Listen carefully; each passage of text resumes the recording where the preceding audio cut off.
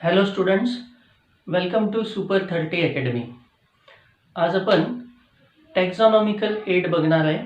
Last व्हिडिओमध्ये सुद्धा आपण टॅक्झॉनॉमिकल एड्सच बघितले, पण लास्ट व्हिडिओमध्ये आपण बघितलं की बॉटनिकल गार्डन, त्यानंतर झूलॉजिकल पार्क आणि हर्बॅरियम हे आपण टॅक्झॉनॉमिकल एड्स लास्ट व्हिडिओमध्ये बघितले. आज आपण थोडं वेगळे टॅक्झॉनॉमिकल एड्स बघणार आहे.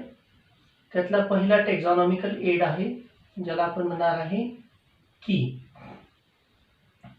तसं म्हटलं तर की हे डायरेक्टली जसं आपण मीनिंग म्हणतो की म्हणजे चावी, तर ही चावी नाही आहे, पण तसंच काहीसं काम आहे. याचं नक्की काय काम आहे बघा. की काय असते तर it consist of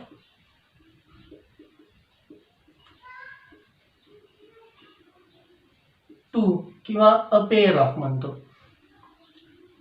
a pair of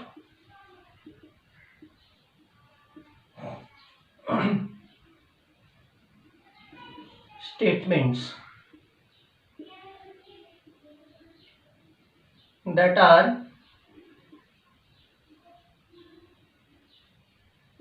useful to reach a particular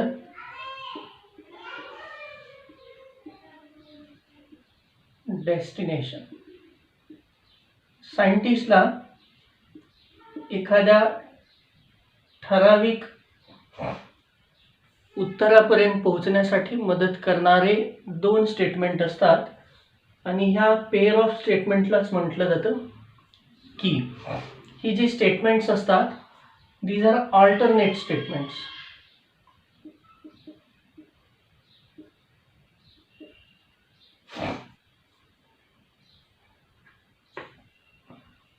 आता ही ऑल्टरनेट स्टेटमेंट्स कशी असतात बघा.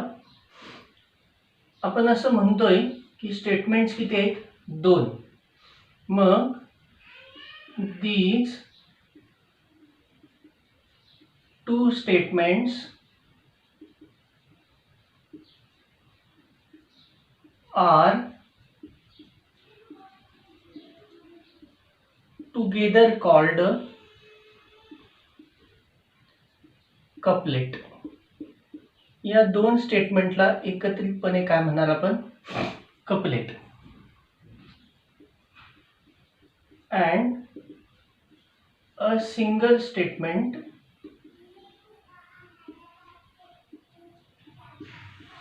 is called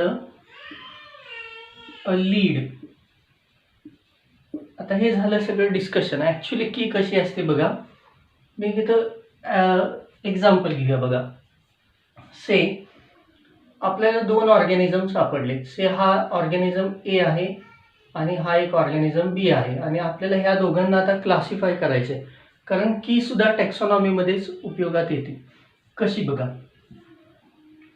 पहिलं स्टेटमेंट असं आहे, whether it is unicellular question mark, किंवा वेदर इट इज मल्टीसेल्युलर. इथं लगेच पुढं म्हटलेलं असतं की गो टू की नंबर 2. इथं म्हटलेलं असतं गो टू की नंबर 3. आपण या दोघांमध्ये बोलूया बघा. से हा युनिसेल्युलर आहे आणि हा मल्टीसेल्युलर आहे.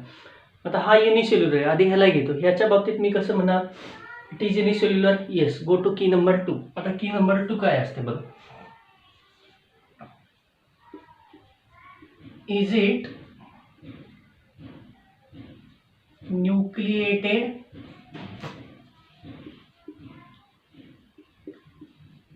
इज इट नॉन न्यूक्लिएटेड किंवा अन्यूक्लिएटेड. मग आता बघा, न्यूक्लियस प्रेझेंट आहे का न्यूक्लियस अब्सेंट आहे.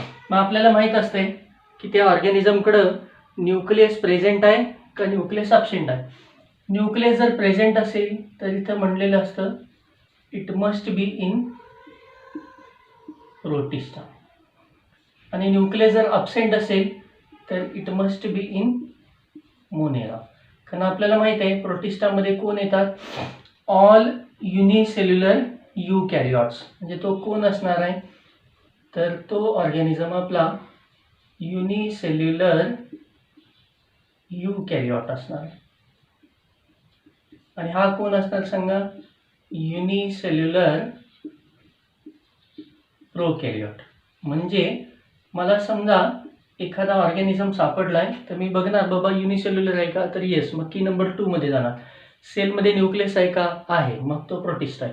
सेलमध्ये न्यूक्लियस आहे का, नाही, मग तो मोनेरा आहे. बरोबर. आता त्याच्याबद्दल बोलूया. ह्याच्याबद्दल आपल्याला काय माहिती आहे, तो कोण आहे, मल्टीसेल्युलर. मग की नंबर 3 काय म्हणते, वेदर इट इज ऑटोट्रॉपिक असेल तर इट मस्ट बी प्लांट. इथे वेदर इट इज हेटेरोट्रॉपिक. मग इथे दिलेलं असतं गो टू की नंबर 4. मी असं म्हणतो की आपला मल्टी सेल्युलर आहे प्लस तो हेट्रोट्रॉपिक आहे. मग की नंबर 4 काय असते, की नंबर 4 असते is it motile, question mark, is it non motile, again question mark. जर तो मोटाईल असेल तर it must be animal, means kingdom Animalia. बरोबर.